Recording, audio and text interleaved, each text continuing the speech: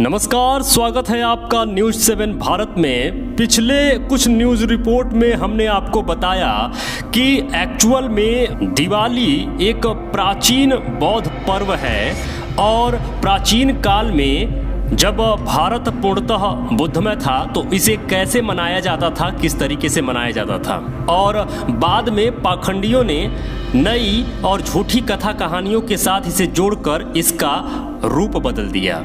मेरे मित्रों, आज के इस न्यूज़ रिपोर्ट में हम जानेंगे कि इतना कुछ जानने और समझने के बाद हमें दिवाली या दीपावली या दीपदान उत्सव या दीपोत्सव किस तरीके से मनाना चाहिए।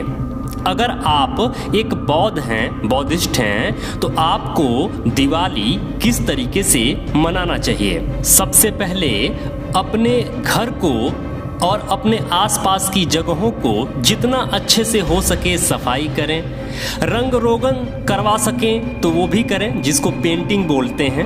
अच्छे साफ सुथरे कपड़े पहन सकते हैं और दीपावली के दिन अपने पूरे घर को दीपक से या लड़ियों से आप जरूर सजाएं और फिजूल खर्ची से जरूर बचें। जितना संभव हो सके उतना ही सजावट में या अन्य चीज़ों में खर्च करें। अच्छे अच्छे पकवान बनाएं, खुद भी सपरिवार भोजन ग्रहण करें और अपने आसपास के बौद्ध मित्रों को भी अपने घर बुलाएं। अगर आपके आसपास कोई बौद्ध विहार हो तो वहाँ भोजन दान जरूर दें। यदि आपके आसपास कोई गरीब व्यक्ति है या असहाय व्यक्ति है तो उसकी मदद जरूर करें। पटाखों और फुलझड़ियों को जितना हो सके उतना कम से कम प्रयोग में लाएं, क्योंकि यह देश हमारा है और इसे साफ और स्वच्छ रखना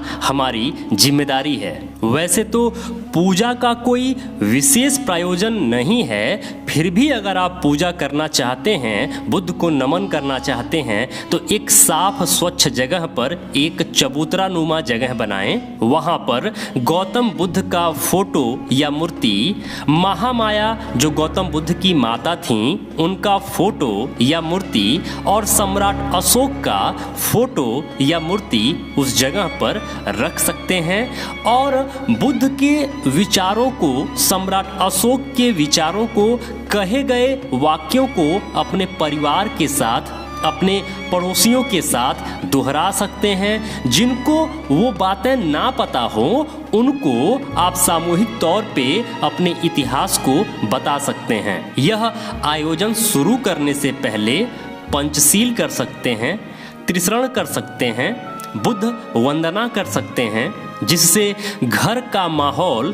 खुशनुमा बना रहेगा और लोग एक दूसरे से घुल मिल सकेंगे और खुशियों का माहौल आ सकेगा। आप याद करें वो समय जब इतने सालों बाद बुद्धत्व प्राप्ति के बाद पहली बार जब कपिलवस्तु वापस आ रहे थे तो राजा शुद्धोधन, उनकी पत्नी, उनकी माता, उनके राज्य के समस्त लोग कितना खुश रहे होंगे कि उस खुशी को व्यक्त करने के लिए उन लोगों ने इतने ज्यादा दीपक जलाए बुद्ध के स्वागत में। ऐसा प्रतीत हो रहा था जैसे ज्ञान का वह सागर हमारे पास या हमारे राज्य में आ रहा है।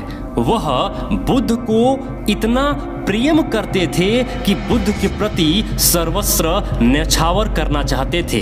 बुद्ध से समझने की होड़ लगी थी, बुद्ध से मिलने की होड़ लगी थी, बुद्ध से दीक्षित होने की होड़ लगी थी कि मैं भी बुद्ध के संघ में शामिल हो जाऊं। बुद्ध कब वापस घर पहुंच रहे हैं, कब कपिलवस्तु पहुंच रहे हैं। और जैसा कि मैं पहले भी बता चुका हूं कि यही वह दिन है दिवाली वाला जब सम्राट अशोक 84,000 स्तूपों और शिलालेखों को लिखवाए थे, 84,000 स्तंभों को बनवाए थे।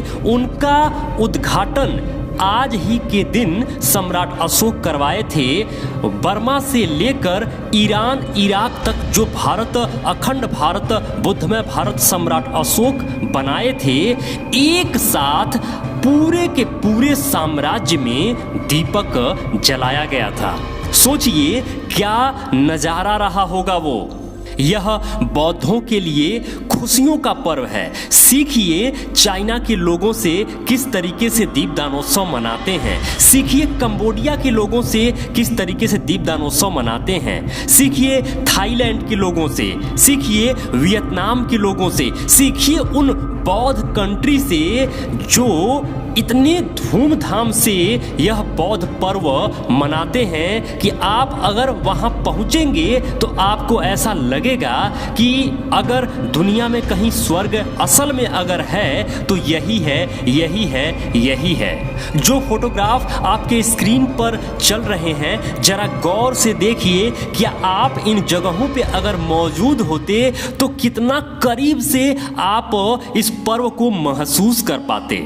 यह ज्ञान का पर्व है। इसमें ज्ञान दीजिए और ज्ञान लीजिए। एक दूसरे से बुद्ध धर्म से संबंधित बातों पे चर्चा करिए, सामूहिक चर्चा करिए, एक के बाद एक। जैसे मान लीजिए आपके परिवार में 6 लोग हैं या 8 लोग हैं, अपने आसपास के लोगों को आप अपने घर पे बुला लीजिए और जिन वक्ता के पास या जिनके पास भी जानकारी हो वो बारी बारी से उठकर इस वाकये को लोगों को बताएं कि क्या हुआ था, कैसे हुआ था, और गौतम बुद्ध के उन मूल सिद्धांतों को और उपदेशों को जरूर अपने लोगों में डिस्कस करें, जिससे लोग एक्चुअल बुद्ध धर्म को समझ पाएंगे और एक्सेप्ट कर पाएंगे। और डिटेल्स में अगर आप जानना चाहते हैं कि धनतेरस क्यों मनाया जाता है, दीपावली क्यों मनाया जाता है,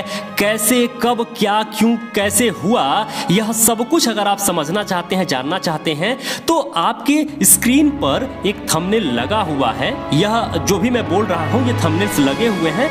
ये थंबनेल्स वाले ये वीडियो देखने के बाद आप जरूर देखें। आप पूरी तरीके से समझ पाएंगे कि एक्चुअल में बौद्ध विरासत क्या है और किस तरीके से इस बौद्ध विरासत को, इस बौद्ध पर्व को पाखंडियों ने कन्वर्ट किया और एक काल्पनिक कथा कहानी के साथ जोड़कर भारत के मूल निवासियों को पूरी तरीके से भ्रमित कर दिया। तो उम्मीद करता हूं आज आप समझ पाए होंगे कि बौद्ध लोग या बौद्धिस्ट लोग यह दिवाली या दीपावली या दीपदानोत्सव या दीपोत्सव कैसे मनाएं, किस तरीके से मनाएं। उम्मीद करते हैं आप खूब बेहतर तरीके से, अच्छे तरीके से इस दीपदानोत्सव को एंजॉय करेंगे। छोड़ जाता हूं आपको कुछ विदेशों में जो चीन, Japan, Thailand, Burma, Mauritius, Vietnam जैसे देशों और शहरों में जो यह पर्व मनाया जा रहा है इन फोटोग्राफ के साथ। आप सबको नमो बुद्धाय, जय भारत, हैप्पी दिवाली।